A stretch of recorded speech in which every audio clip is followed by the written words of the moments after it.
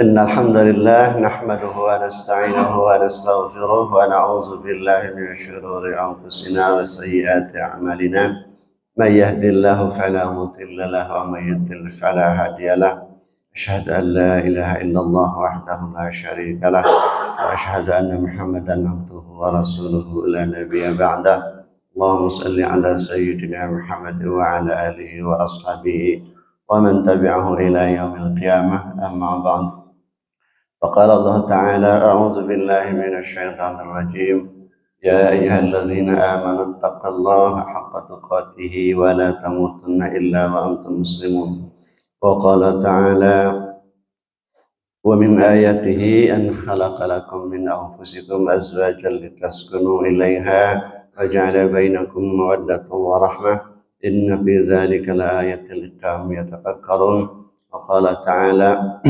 يا أيها الناس إنا خلقناكم من ذكر وأنثى وجعلناكم شعوبا وقبائل لتعارفوا إن أكرمكم عند الله أتقاكم إن الله عليم خبير قال تعالى وأنكحوا الأيام منكم والصالحين من عبادكم وإمائكم إن يكونوا فقراء يغنيهم الله من فضله الله واسع عليم وقال النبي صلى الله عليه وسلم النكاح سنتي ومن رغب عن سنتي فليس مني. Bapak Ibu hadirin dan hadirat rahimakumullah. Hari ini saya sampaikan materi tentang wanita-wanita mahram, artinya wanita-wanita yang tidak boleh dinikahi. Ya. Dan mahram juga berarti wanita-wanita yang dimuliakan. Mahram juga berarti wanita-wanita yang tidak membatalkan wudhu kalau bersentuhan. Itu yang mahram.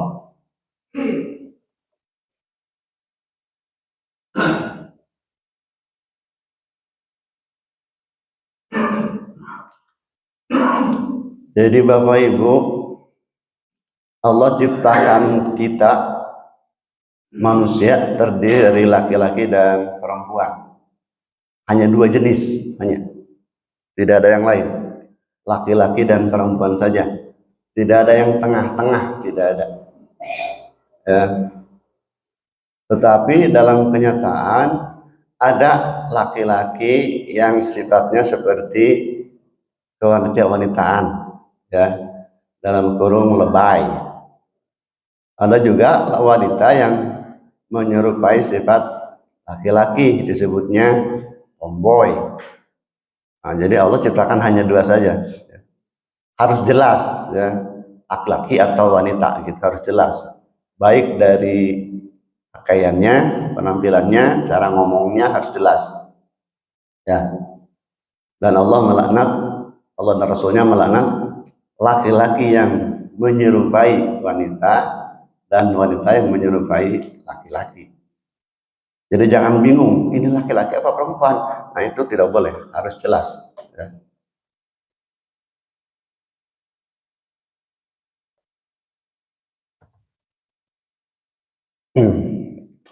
Mari kita simak dulu ayat Al-Quran surat An-Nisa ayat 3. Wa in khiftum alla tuqsitu fil yatama fankihu ma taba lakum minan nisa'i mathna wa thulatha wa ruba'.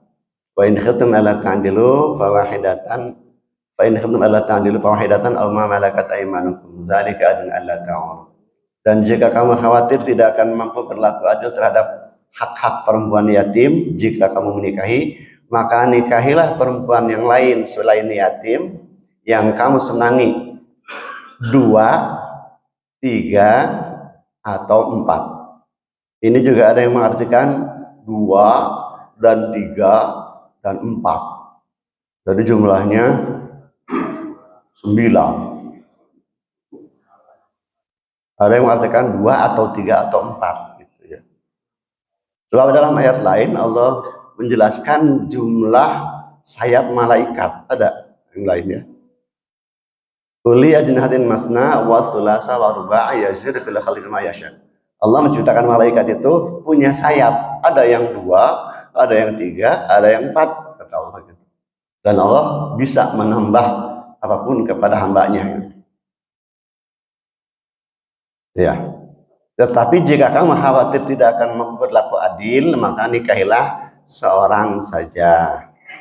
atau hamba sahaya perempuan yang kamu miliki. Nah, yang demikian itu lebih dekat kepada kamu dari berbuat zalim. Ini siapa nih? Ada yang kenal nggak? Ini Presiden Soekarno ini. Bisa Can kenal, ini presiden pertama kita ini. Soekarno 9 kali nikahnya. Ya, 9 kali nikahnya ya. Kalau ini siapa ini? Donald Trump 3 kali nikahnya. Ini Raja Abdullah dari Arab Saudi, 4 istrinya. Kalau ini Raja Abdul Aziz yang sebelumnya ya, 20 istrinya Pak. Jadi Bapak, zaman dulu ya, salah satu bentuk keperkasaan laki-laki itu, kegagahan itu dilambangkan dengan banyaknya istri. Makin banyak istri, makin gagah dia. Jadi kalau ada yang punya istri 1 itu disensirikan. Kamu istrinya berapa? 1. Lemah. Gitu. Kamu berapa? 1. Lemah gitu. Bayarnya berapa? 1. Lemah. Dianggapnya letoy gitu ya. Itu gitu, kalau zaman dulu itu gitu. Jadi perempuan itu sebagai bukti kegagahan seorang laki-laki. Ini lihat, ini Raja Abumbi 100 istrinya. 100 istrinya. Dan 72 diantaranya adalah warisan dari ayahnya. Jadi zaman dulu itu sebelum atau mungkin karena memang tidak ada ajaran Islam waktu itu belum sampai. Jadi jumlah istri itu tidak dibatasi. Unlimited. Sabara Hawaii gitu ya. Dan ini diwariskan dari ayahnya 72. Artinya ayahnya punya istri 72, lalu dia meninggal. Maka 73 berarti ya. Karena dengan ibunya si anak ini kan 73. Nah yang 72 itu diwariskan ke anaknya. Itu begitu zaman dulu begitu.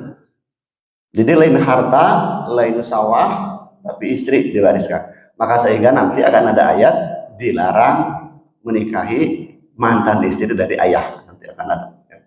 Ini 100. Bisa dibayangkan kilirnya itu kan seminggu cuma 7 hari ya.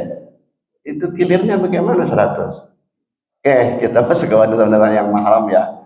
1 yang tidak boleh dinikahi itu adalah wanita non muslim, baik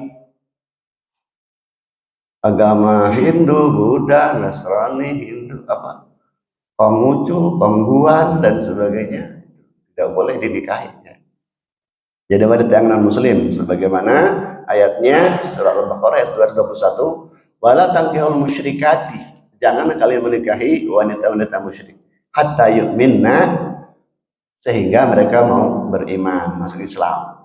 Wala amatun mu'minatun, dan amat budak perempuan yang mukmin khairun min musyrikatin walau a'jabatkum.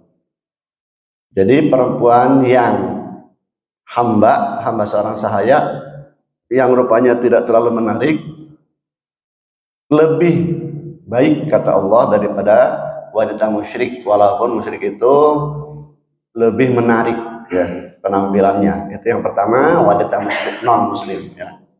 Yang kedua, istri-istri Nabi Shallallahu Alaihi Wasallam yang ditinggal wafat.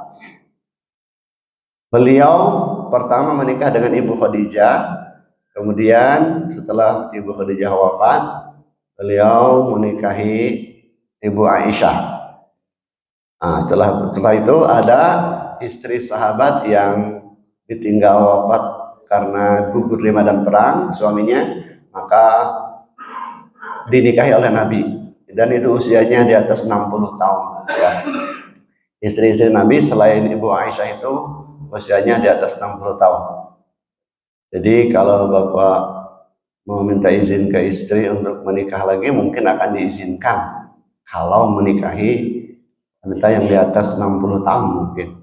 Saya juga diizinkan waktu itu sama istri ngomong, silakan saja kalau menikah lagi, asal usianya di atas 70 tahun dan kaya, katanya gitu. Iya. Nah, jadi ketika beliau wafat, istri-istri beliau itu tidak boleh dinikahi oleh siapapun. Itu pemuliaan kepada Kangjeng Nabi, tidak boleh. Ya, jadi ketika beliau wafat, misalnya meninggalkan seluruh istri beliau itu ada 11, dan ketika beliau wafat itu ada sisa 9. Nah, 9 itu adalah dibiarkan, tidak dinikahi, tidak boleh dinikahi karena menghormati Nabi ya. Nih kalimatnya, wa ma kana lakum an tu'zu Rasulullah wala an tankihu azwajahu min ba'dihi abada. Inna zalikum kana indallahi azima. Dan tidak boleh kamu menyakiti hati Rasulullah dan tidak boleh pula menikahi istri-istrinya selama-lamanya setelah beliau wafat. Sungguh yang demikian itu sangat besar dosanya di sisi Allah. Al-Ahzab ayat 53. Itu ya. Jadi yang kedua, istri kangjeng Nabi. Kenapa? Karena an-nabiyyu aula bil mu'minina min anfusihim. Nabi itu harus lebih diutamakan oleh kaum mukminin, oleh kita, lebih diutamakan daripada diri sendiri ya. Kita harus lebih cinta kepada kangjeng Nabi daripada cinta kepada diri sendiri, itu harus ditanamkan begitu ya. Harus ditanamkan kecintaan kepada kangjeng Nabi, memuliakan beliau lebih dari kepada diri sendiri. Kemudian azwajuhu ummahatuhum, dan istri-istri beliau itu adalah ibu kalian gitu. Jadi sangat dusun kalau ada yang menikahi mantan istri kangjeng Nabi. Kemudian istri dari bapak kandung yang ditinggal wafat. Ini yang tadi ya, kalau yang tadi kan diberi pada saat saya sebanyak 72. Ini kalimatnya dalam surah An-Nisa ayat 22, wala tankihu ma nakaha aba'ukum minan nisa'i lama fasyara. Jangan kalian menikahi apa-apa yang telah dinikahi oleh bapak-bapak kalian kecuali yang telah terjadi di masa lalu. Innahu kana fahisyatan wa maqta wa sa'a sabila. Sungguh itu perbuatan yang sangat keji dan dibenci oleh Allah dan seburuk-buruk jalan. An-Nisa 22. Jadi kalau bapaknya meninggalkan istri 2, 3 atau 4, tidak boleh dinikahi oleh anaknya.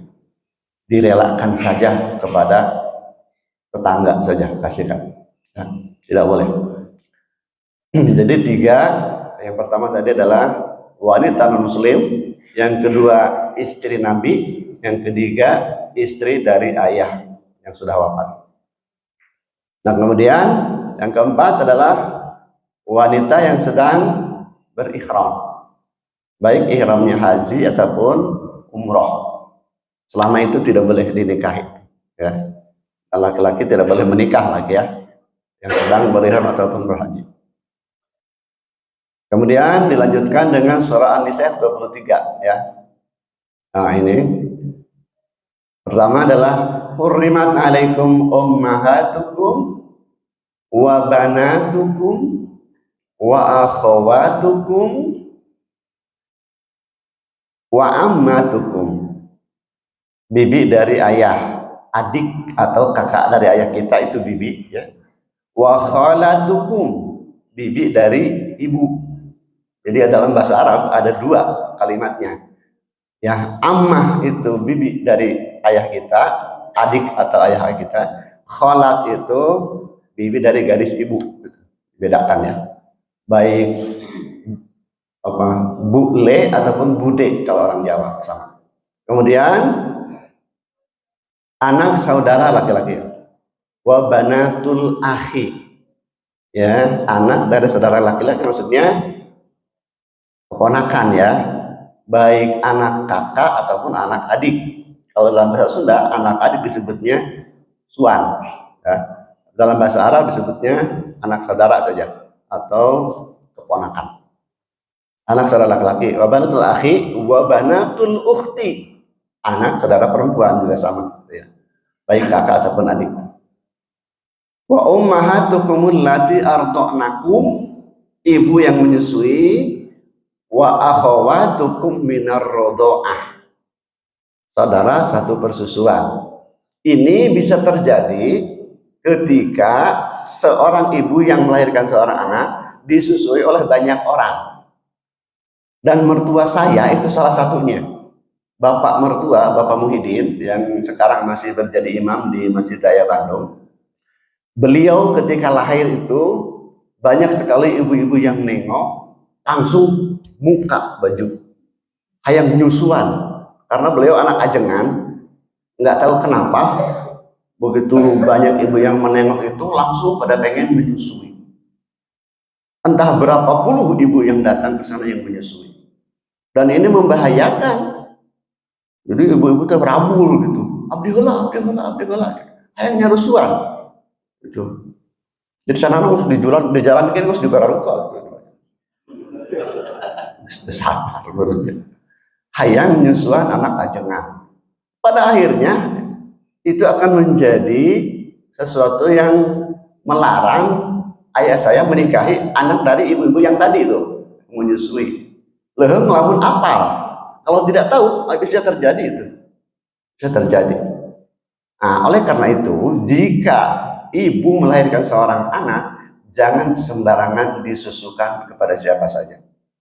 Yang pertama, ini akibatnya nanti akan membahayakan untuk pernikahannya. Yang kedua, memang nanti karakter anak ini akan beda-beda nanti ya. Yang disusui oleh ibu yang pelit, oleh ibu yang dari amok, oleh ibu yang segala macam gitu, nanti akan turun karakternya kepada bayi itu. Dan ini pernah terjadi. Ada laki-laki dan perempuan menikah, tidak tahu itu saudara satu susu. Pernah terjadi. Ketika sudah punya anak 2 atau 3, baru ada yang bilang, ini laki-laki dan perempuan ini satu persusuan, harus diceraikan. Gitu. Harus diceraikan waktu itu juga, sebab saudara satu persusuan itu sama dengan saudara kandung. Tidak boleh. Harus dipisahkan. Hati-hati ibu, jangan sampai gampang menyusukan anaknya kepada siapapun. Ya. Cukup oleh ibu saja disusukannya. Ya, siang hari, ya kalau malam hari tentu bapaknya ya. Yang disusuinya maksudnya. Kemudian ibu dari istri kita atau mertua. Maksudnya ketika seorang laki-laki menikahi seorang wanita lalu istrinya wafat, maka mertuanya itu, ibu dari istrinya itu tidak boleh dinikahi. Mertua anak janda misalnya gitu ya, istrinya wafat, kak ibu ya tuh tidak boleh. Tidak boleh. Jadi ibu dari istri atau mertua itu juga mahram, tidak boleh dinikahi. Ya, mentang-mentang ibunya masih muda, istrinya wafat langsung nikah dengan mertua, tidak boleh. Kemudian anak tiri. Dalam pengasuhan kita menikahi misalnya seseorang laki menikahi seorang wanita yang sudah punya anak. Anaknya gadis besar, sudah dewasa. Begitu sudah nikah dengan ibunya, ternyata anaknya sudah besar dan cantik. Akhirnya ibunya diceraikan, nikah sama anak tiri. Tidak boleh. Dengan catatan, jika ibunya sudah digauli. Itu catatannya. Ibunya dinikahi dan sudah digauli. Ternyata anaknya cantik, diceraikan ibunya, nikah sama anak tiri, tidak boleh. Tapi kalau belum diapa-apain, belum disentuh, belum digauli, silahkan ceraikan, nikah dengan anak tiri, boleh. Rite era mah gitu. Karunya atuh.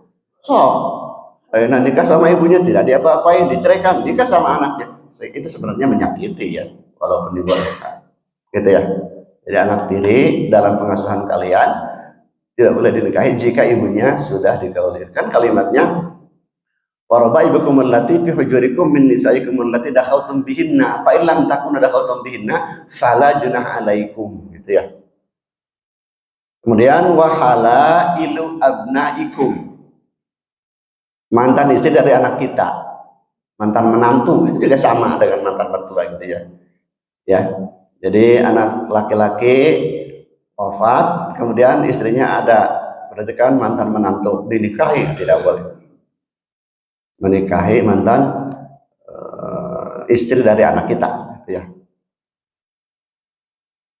Kemudian wa an tajma'u bainal ukhtaini, memadu dua saudara, adik dan kakak dimadu, tidak boleh.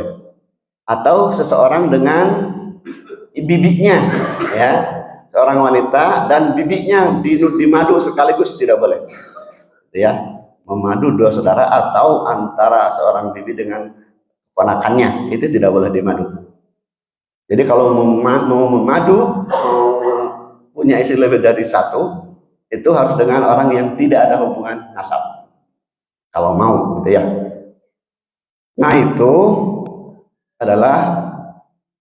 Kemudian ada lagi undang-undang yang nyeleneh, ini mah bukan dari aturan ini mah, ya. Jangan menikahi wanita yang masih kuliah. Ini nggak boleh. Kalau mau nanti aja, kalau sudah beres kuliah masih diimah karena dinikahi. Berkuliah kayaknya dinikahi jangan. Geus pulang ke imah maksudnya gitu, ya. Yang masih kuliah teman-teman, nanti dosennya marah tuh. Kamu tuh mau ngapain kesini gitu kan? Ini aturan yang nyeleneh, ya. Kemudian jangan menikahi wanita sekantor. Loba teuing. Wanita sekantor dinikahi hiji ge riweuh gitu ya. Ieu sakantor dinikahi tidak boleh. Dan jangan menikahi wanita sekampung. Oh, mau loba aja sekampung. Hiji yang serius gitu ya. Nah, jadi urusan nikah Bapak Ibu, kan nikah itu dalam Islam itu kan ibadah. Jadi ibu kalau ingin suaminya banyak punya nilai ibadah, harusnya ibu menyuruh suaminya sering ibadah. Ya, sering ibadah, lalu sering nikah. Karena nikah itu ibadah kan. Jadi ibu harus banyak mengizinkan suaminya untuk beribadah, ya, jangan nikah, ya. Nah, Bapak Ibu, ada juga terjadi seseorang menikahi seorang wanita lalu dengan nikah lagi dengan bibinya. Ini terjadi di daerah Bandung Kidul, terjadi itu karena tidak tahu, entah mungkin karena memang dia tidak paham aturan Islam, dia menikahi seorang wanita terus nikah lagi dengan seseorang, ternyata itu bibinya. Maka yang kedua inilah yang tidak sah. Pernikahan kedua ini harus dibatalkan, tidak boleh, ya, karena memang tidak sesuai dengan aturan, melanggar aturan, gitu ya. Jadi kalau mau memadu harus dilihat dulu nasab, keturunan, apakah ada hubungan nasab dari wanita yang kita nikahi atau tidak. Tuh. Kemudian ada juga pernikahan yang dilakukan ternyata saudara kandung, karena waktu kecilnya berpisah, entah kenapa, mungkin karena bencana, berjauhan. Ternyata antara suami dengan istri inilah saudara. Terjadi juga seperti itu. Oleh karena itu, ketika kita mau menikahi, kalau datang ke KUA diperiksa dulu antara calon suami dengan calon istri ini apakah ada hubungan nasab atau tidak. Dipaluruhula, ya, ditanya dulu. Tidak ada. Apakah ada hubungan persusuan atau tidak? Mungkin saja terjadi kayak tadi, ya. Ternyata antara calon suami dengan calon istri ini saudara satu susu, itu juga tidak boleh. Tetapi kalau misalnya adik dengan kakak punya anak lalu dinikahkan, boleh tidak? Boleh. Jadi adik dengan kakak itu besan, boleh itu kalau tidak ada sepersusuan. Jadi harus ditanya dulu apakah dulu adik dan kakak ini saling menyusui anaknya atau tidak. Kalau tidak, ya boleh. Dan ini ada terjadi, kakak dengan adik bebesanan, ada. Ya, di kampung saya di Bogor ada anak kakak dengan anak adik nikah, gitu. Ya. Tapi aneh juga, kalau saya bilang aneh, kenapa bisa jadi bogor gitu ya dengan saudara? Kan dekat ya, anak adik dengan sepupu lah ya, sepupu bisa terjadi itu. Asal tidak ada hubungan sepersusuan, itu dibolehkan. Seperti Kangjeng Nabi itu kan punya putri namanya Ibu Fatimah. Beliau menikahkan putrinya itu dengan Ali bin Abi Thalib. Ali bin Abi Thalib itu adalah sepupu Kangjeng Nabi gitu ya. Jadi kapi paman itu teh ya. Kapi paman. Ibu Fatimah itu kapi paman. Itu boleh ya, boleh.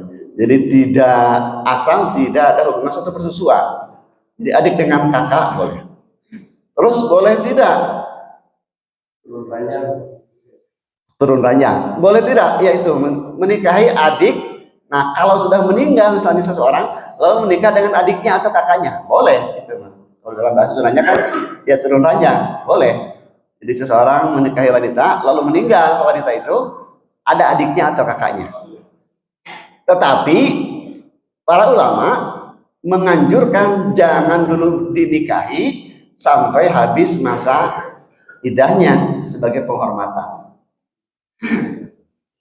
Sebenarnya bagi laki-laki tidak ada idah, tapi sebagai penghormatan kepada wanita yang meninggal tadi karena yang dinikahinya adalah saudaranya, maka para ulama menganjurkan nanti aja kalau sudah habis masa idah, yaitu 4 bulan 10 hari baru menikahi lanjutnya gitu ya.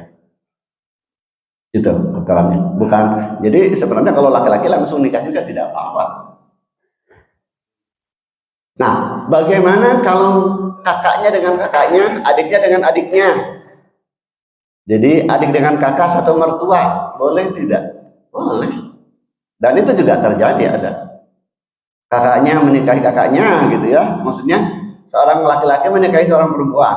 Lalu adiknya ke adiknya yang tadi gitu ya. Jadi satu mertua, boleh. Satu mertua nganten namahan dulur. Eta-eta keneh dulur. Kan salah satu hikmah pernikahan itu kan menambah silaturahmi, menambah saudara gitu ya. Dan ketika kita punya satu istri, lalu kita menambah lagi saudara istri. Istrinya 2, nambah lagi saudaranya. Istrinya 3, nambah lagi saudaranya. Kan? Makin banyak istri, makin banyak saudara. Itu ya. Jadi ibu kalau ingin banyak saudara, izinkanlah suami lain nikah lain. Izinkan suami banyak silaturahmi. Nah, jadi urusan nikah Bapak Ibu itu diatur sangat jelas di dalam kitab suci Al-Quran, dalam sunnah Nabi. Kemudian batasan istri dalam Islam hanya dibatasi 4. Ketika seorang sahabat ditanya oleh Kangjeng Nabi, kamu punya istri berapa? Saya punya istri 8. Ceraikan, sisakan 4. Kalau untuk umat beliau hanya dibolehkan 4. Tetapi kenapa tadi ada Raja Abdul Aziz itu orang Arab Saudi, istrinya banyak. Mungkin dia mengartikan yang tadi itu masna wa sulasa aruba, itu mungkin ya itu kayak tadi 2 dan 3 dan 4 terus gitu ya. Padahal dalam hadis Nabi menyuruh sahabatnya menceraikan istrinya itu dan boleh disisakan 4 kecuali beliau ya. Khalisatan laka min dunil mu'minin, khusus untuk kamu, tidak untuk orang-orang beriman, kata Allah. Jadi kalau beliau boleh menikahi lebih dari 4 karena motif menikah itu Nabi dengan kita itu sangat beda ya, sangat beda. Kita menikahi seorang wanita lalu ingin menikah lagi, itu beda motifnya. Kangjeng Nabi diantara motifnya untuk menyebarkan Islam. Kangjeng Nabi menikahi Ibu Aisyah pada usia yang masih sangat muda, masih 9 tahun. Itu tujuannya untuk menjaga ajaran Islam. Karena beliau, Ibu Aisyah ini mampu menghafal hadis dari Kangjeng Nabi ribuan hadis. Jadi sangat cerdas ya, cerdas, pintar. Jadi kalau menikahi seorang wanita, diantaranya adalah nikahilah wanita yang cerdas, yang pintar. Ulah anu tell me gitu ya.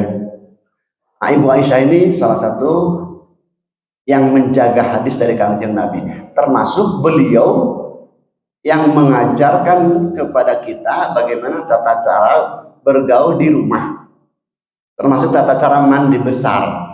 Itu kan dipraktekkan oleh Kangjeng Nabi dengan Ibu Aisyah. maka Ibu Aisyah menjelaskan bagaimana sholat malam beliau, bagaimana tata cara mandi besar beliau, diajarkan. Nah, kalau tidak begitu, nanti siapa yang mengajarkan? Tidak ada yang tahu. Maka Ibu Aisyah inilah yang dijadikan oleh Kanjeng Nabi salah satu penyebar ajaran Islam. Jadi motif kita menikahi wanita memang cara beda ya. Jadi kalau Kanjeng Nabi menikahi wanita itu yang janda-janda tadi kan di atas 60 tahun. Di antaranya adalah untuk menghormati sahabat yang gugur fisabilillah. Ya. Demikian muli tomat muli beteuy tamat euy. Silakan jika ada yang ingin menanggapi karena jam 6 kita sudah selesai ya. Enggak, kemarin jemaah Pak RW, mangga biasanya Pak RW. Barangkali mau nambah Pak RW. Bismillahirrahmanirrahim. Assalamualaikum warahmatullahi wabarakatuh. Waalaikumsalam warahmatullahi. Terima kasih waktunya. Sebenarnya sebelum ada pertanyaan, Pak RW ingin mensosialisasikan bahwa Kecamatan Cileunyi itu belum mempunyai masjid besar. Jadi beberapa kali pertemuan dengan kepala desa, terakhir kemarin dengan Bapak Camat di Masjid Baitul Mutakin Halal GMT Sekecamatan Cileunyi. Jadi saya ingin menyampaikan bahwa Masjid Besar Cileunyi rencananya akan dibangun di depan kecamatan, Pak. Dan baru rencana mau membeli tanah seluas 5.000 meter persegi seharga senilai 20 miliar. Nah, ini dimohon sumbangsinya dari seluruh warga Kecamatan Cileunyi. Bahkan ada satu konsep, tapi konsep ini sama saya ditentang ya. Di konsepnya itu pengen cepat terlaksana pembelian tanah itu. Jadi jumlah kakak di Kecamatan Cileunyi dibagi 20 miliar. Jadi kebagian satu kakak itu 40. Akhirnya turun jadi 20 ribu. Nah, di forum itu saya mengatakan RW 27 sedang membangun masjid ini. Masjid Al-Awun punya cicilan 1 bulan 9 juta. Masjid Al-Arab sedang membangun juga. Jadi kalau dibebankan satu kakak 20 ribu, saya sebagai pengurus sangat keberatan. Akhirnya saya punya konsep dan insya Allah konsep saya itu diadopsi lah istilahnya. Dan sebenarnya konsep ini juga saya sudah bicara dengan beberapa RT, beberapa ketua RT di rumah saya. Kami tidak akan membebankan ke warga, tapi silakan aja kalau warga ini menyumbang untuk wakaf tanah Masjid Besar Cileunyi ini, silakan Bapak. Mungkin nanti dari pihak kecamatan, MUI, kecamatan, mungkin juga Pak Camat, kalau diizinkan minta hadir di lingkungan RW 27. Konsep saya begini Pak, bahwa setiap RT kan ada kas RT, daripada membebani warga, nanti mungkin kasaran 1.000, 2.000 dari kas RT sama kas RW akan coba disumbangkan. Itu minimal 50.000 aja. Makanya saya hitung dengan Pak BPD, kalau misalkan satu RT nyoba 50.000 1 bulan dari kas RT sama kas RW kurang lebih itu 11 juta 1 bulan untuk desa Cileunyi saja. Dan perlu tahu bahwa kami sepakat sebagai ketua RW sudah mewakafkan dengan cicilan 2 meter persegi. Jadi setiap bulan kami ketua RW dari RW 1 sampai RW 29 cicil untuk pembelian wakaf. Jadi 1 meter persegi itu 4.400 juta. Jadi silakan nanti bawa ke ketua RW dan yang sudah bergerak sebenarnya Ibu Majelis Taklim Kecamatan Cileunyi. Jadi informasi itu aja bahwa Kecamatan Cileunyi belum mempunyai masjid besar. Kemudian ada pertanyaan Pak Ustaz. Dari jelas surat An-Nisa mengatakan bahwa kalau saya, mohon maaf mungkin saya sangat rendah sekali ilmunya, menanggapi surat An-Nisa bahwa maka nikahilah perempuan lain yang kamu senangi 2, 3 atau 4. Tetapi jika kamu khawatir tidak akan mampu berlaku adil, maka nikahilah seorang saja. Jadi saya pernah berguru juga bahwa menanggapi ini sebenarnya Islam melarang. Islam melarang untuk menikah lebih dari satu dari ayat tersebut. Satu minta pencerahannya Pak Ustaz. Yang kedua, saya pernah diskusi juga dengan rekan-rekan bahwa menikah dengan sepupu tapi laki-laki dengan laki-laki kalau dari sisi kesehatan tidak boleh. Tapi kalau misalkan sepupunya laki-laki sama perempuan punya anak boleh. Tapi kalau dari sepupunya laki-laki dengan laki-laki dari sisi kesehatan katanya tidak boleh karena akan melahirkan anak yang cacat dan itu kan betul terbukti seperti itu. Itu saja Ustaz. Mohon penjelasannya. Assalamualaikum warahmatullahi wabarakatuh. Waalaikumsalam. Iya. Jadi bukan melarang menyandung ya, bukan. Artinya di awal ayatnya wa in khiftum alla tuqsitu fil yatama, jika kamu kan pertama dianjurkannya itu menikahi yatim. Menikahi yatim itu besar pahalanya. Ya, Pak RW. Ya. Menikahi yatim itu sangat besar pahalanya. Itu awalnya kan begitu. Tetapi jika kalian khawatir tidak bisa berbuat adil jika menikahi yatim, maka nikahilah yang lain yang bukan yatim. Mau 2, mau 3 atau 4, kan gitu. Jadi tidak dilarang. Kemudian jika kalian fa'in khiftum alla ta'dilu, jika banyak itu kamu tidak akan mampu berbuat adil, fawahidatan, maka 1 saja gitu. Jadi artinya pertimbangkan dulu sebelum mau mengadu gitu. Sebab dalam ayat lain, dalam ayat 129 ya surat An-Nisa, walan tastati'u an ta'dilu bainan nisa'i walau harastum. Sebenarnya kalian itu tidak akan sanggup berbuat adil terhadap istri-istri kalian walaupun kalian sangat menginginkannya. Jadi ayat ini juga bisa jadi senjata oleh ibu-ibu. Cukuran oke kalian laki-laki tidak akan berbuat adil walaupun kalian sangat menginginkan gitu. Jadi tidak dilarang memadu dengan catatan banyak pertimbangan. Dan di Cigondewa itu ada namanya Haji Asep, punya istri 4 dan istri-istrinya itu diseragamkan rumahnya, diseragamkan mobilnya, dijajarkan 4 di Cigondewa itu. Jadi masing-masing diberi rumah yang sama ya.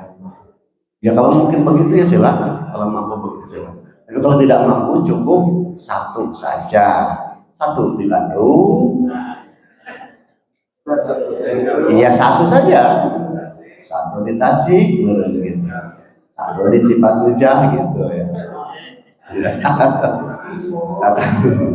Kemudian yang kedua, dari segi kesehatan, kalau kita menikah dengan saudara yang dekat, kata ahli kesehatan memang, nah itu makanya saya bilang tadi, yang pertama tidak akan menambah saudara ya, eta keneh gitu ya, jeung ieu deui dulur teh gitu ya.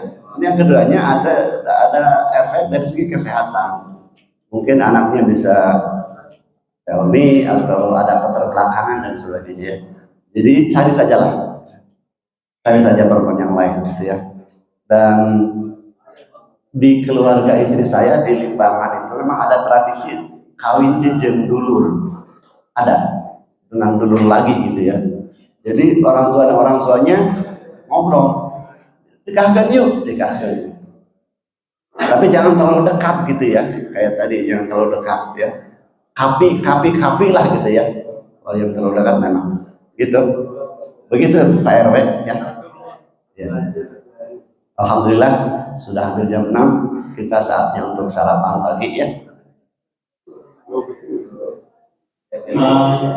Silakan ditutup aja. Silakan ditutup. Silakan ditutup. Betul, Haji. Tadi mengerti itu usia mahram itu adalah menikahi Mantan ayah. Bisa ada kami wafat, tinggal wafat. Ya. Kan kalau misalkan istri juga kan sama. Oh iya, mantan istri pokoknya. Mantan istri ya. Jadi Iya. tidak perlu ada kalimat tinggal wafat. Oh iya, sebenarnya boleh saja. Artinya kalaupun diceraikan gitu, boleh. Kalimatnya memang tidak ada detail wafat ya. Wala tankihu ma nakaha abakum ya. Betul. Jadi yang pernah dinikahi oleh ayah gitu. Ya, betul. Itu 14 itu. Ya, jadi tidak harus ditinggal mati sebenarnya ya. Karena yang saya katakan tadi memang karena ada orang yang ketika ayahnya mati diwariskan gitu. Jadi maksudnya tidak boleh mewariskan istri gitu ya. Apalagi yang masih hidup ya. Yang sudah mati saja tidak boleh diwariskan gitu ya. Kecuali kalau itu kan kalimatnya illa maqad salam. Kalau ini mah ada kalimat illa maqad salam. Ayo terjadi mah nggak apa-apa gitu. Jangan diceraikan. Diwarisi istri asal jangan lebih dari 4 gitu. Kalimatnya kan illa maqad salam gitu. Kecuali kalau sudah berlalu. Gitu ya. Sudah ya? Mana? Iya. Nikah siri. Kedua tentang madu. Iya. Ada istilah memberitahu atau minta izin. Oh. Pertama nikah siri. Siri itu artinya tersembunyi. Ya. Nikah siri artinya nikah sembunyi-sembunyi. Ya. Misalnya seseorang mau menikah dengan seorang wanita tapi tidak gembar-gembor, tidak hajat, tapi sembunyi saja, hanya ada wali, saksi, ya, dan pengantin, segitu saja yang ngariung, itu nikah siri. Asal walinya benar, sah nikahnya mah, hanya tidak dicatat di KUA, itu nikah siri. Asal walinya benar, ya nikah siri. Kemudian yang kedua, tapi kalau nikah siri itu sebenarnya ada alasan tertentu pasti. Kenapa nikah siri? Apakah takut ketahuan sama istri pertama? Kan itu kan. Kenapa harus siri gitu ya? Tanya dulu kenapa harus siri. Nah, apakah takut ketahuan gitu ya? Kemudian yang kedua, apakah kalau mau memadu harus ada izin dari istri? Tidak. Tidak harus. Undang-undangnya, kecuali kalau memang mau ke pengadilan agama, mau mengurusi nikah secara resmi. Misalnya nih, bapak mau nikah lagi, ya punya istri, terus nanti tanya statusnya, apakah bapaknya jaka atau duda atau beristri, maka harus ada izin dulu dari pengadilan agama. Ini masalahnya nih. Sedangkan pengadilan agama akan memanggil calon suami, calon istri, dan istri pertama. Di pengadilan itu dikumpulkan nanti. Kenapa kamu menikah lagi? Apakah istrinya mengizinkan? Gitu kan? Dalam aturan Islam sebenarnya tidak harus ada izin dari istri. Tapi dalam administrasi, ketika mau daftar di KUA, maka KUA tidak akan berani untuk melaksanakannya kalau belum ada surat dari pengadilan agama. Dan untuk mendapatkan izin dari pengadilan agama itu, istri pertama akan dihadirkan dulu gitu. Nah itu masalahnya nih. Jadi kita harus cari cara bagaimana caranya nih supaya istri kita mau mengizinkan gitu. Jadi sebenarnya dalam ajaran kita asal Islam tidak harus ada izin dulu ya, tidak harus. Karena rukun nikah itu kan pengantin laki-laki, pengantin perempuan, wali, dan 2 orang saksi serta ijab kabul. Tidak ada izin dari istri, tidak ada. Hanya kalau mau mengurusi ke KUA, saya juga tidak akan berani menikahkan seseorang yang beristri kalau belum ada izin dari pengadilan agama. Gitu. Jadi kalau gitu, Bapak banyak-banyaklah kenalan dengan hakim di pengadilan agama. Gitu ya. Udah jelas. Oh silakan. Masih ada 5 menit lagi ya? Pak. Waalaikumsalam. Dari tadi kita membahas. Iya. Saya tanyakan ini agak saya tahu dari Islam yang satu perempuan yang lebih dari satu suami. Itu aja Pak. Waalaikumsalam. Lo tidak dibolehkan ya. Yang namanya laki-laki. Yang ini ada 1 teko dan 4 cangkir. Pantes ya. Tapi kalau 1 cangkir 4 teko itu sangat tidak pantas ya. Ya, tidak boleh poliandri itu ya.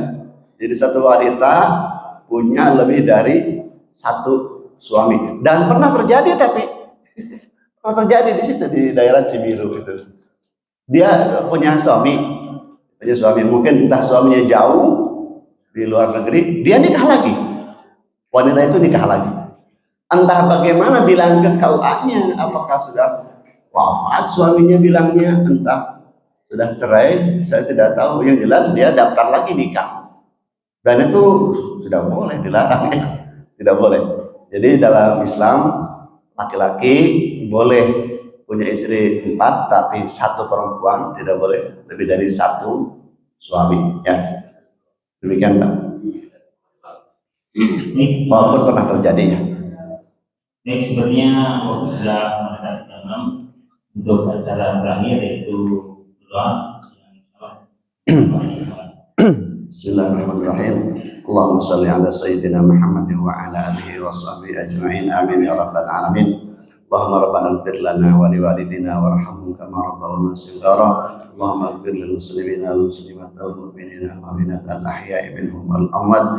Rabbana zalamna anfusana wa in lam taghfir lana wa tarhamna lanakunanna minal khasirin. Rabbana hab lana min azwajina wa dhurriyyatina qurrata a'yun waj'alna lil muttaqina imama. Rabbana atina fid dunya hasanah wa fil akhirati hasanah wa qina adzaban nar bi rahmatika ya arhamar rahimin. Walhamdulillahi rabbil alamin. Demikian, assalamualaikum warahmatullahi wabarakatuh.